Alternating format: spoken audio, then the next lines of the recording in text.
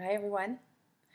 We are discussing cravings this week, and one of the things that I want to dig in with you guys on about your cravings is what are you getting out of having cravings, having bad habits, things that are coming to you and saying, "Oh, I really don't feel like I should do this, but I am doing this."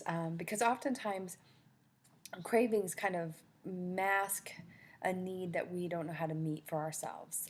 So maybe it's sugar, and maybe when we were children, we felt deprived of sweetness or something along those lines. And so we crave, that inner child craves to have more awareness over that side of the self that can take in sweetness.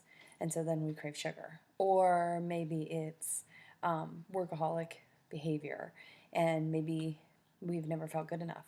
And working kind of keeps that mind at bay.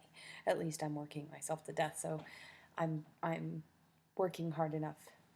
So we're going to talk this week about cravings being our messengers, and working through how we can be at peace with those messengers. Because the other thing we generally do with cravings is we shame ourselves about them.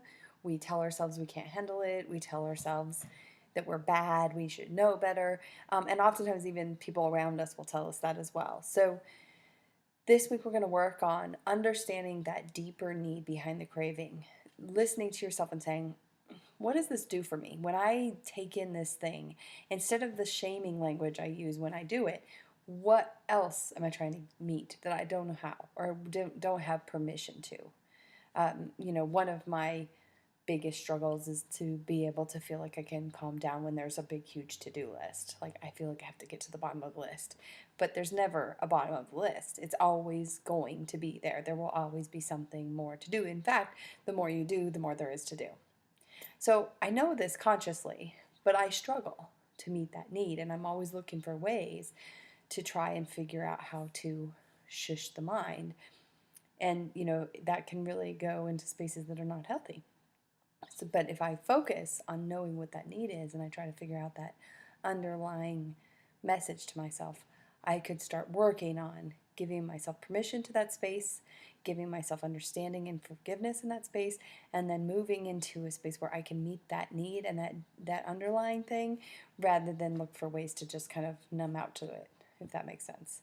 So, what I want you to focus on this week is the cravings that you shame yourself over. So, maybe you have other cravings.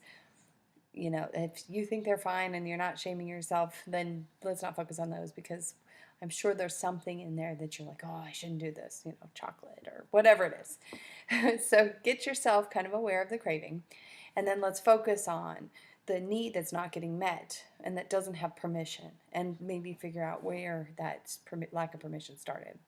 All right. Have a great week. I hope you guys are all doing super fabulous, and good luck and keep up the good work.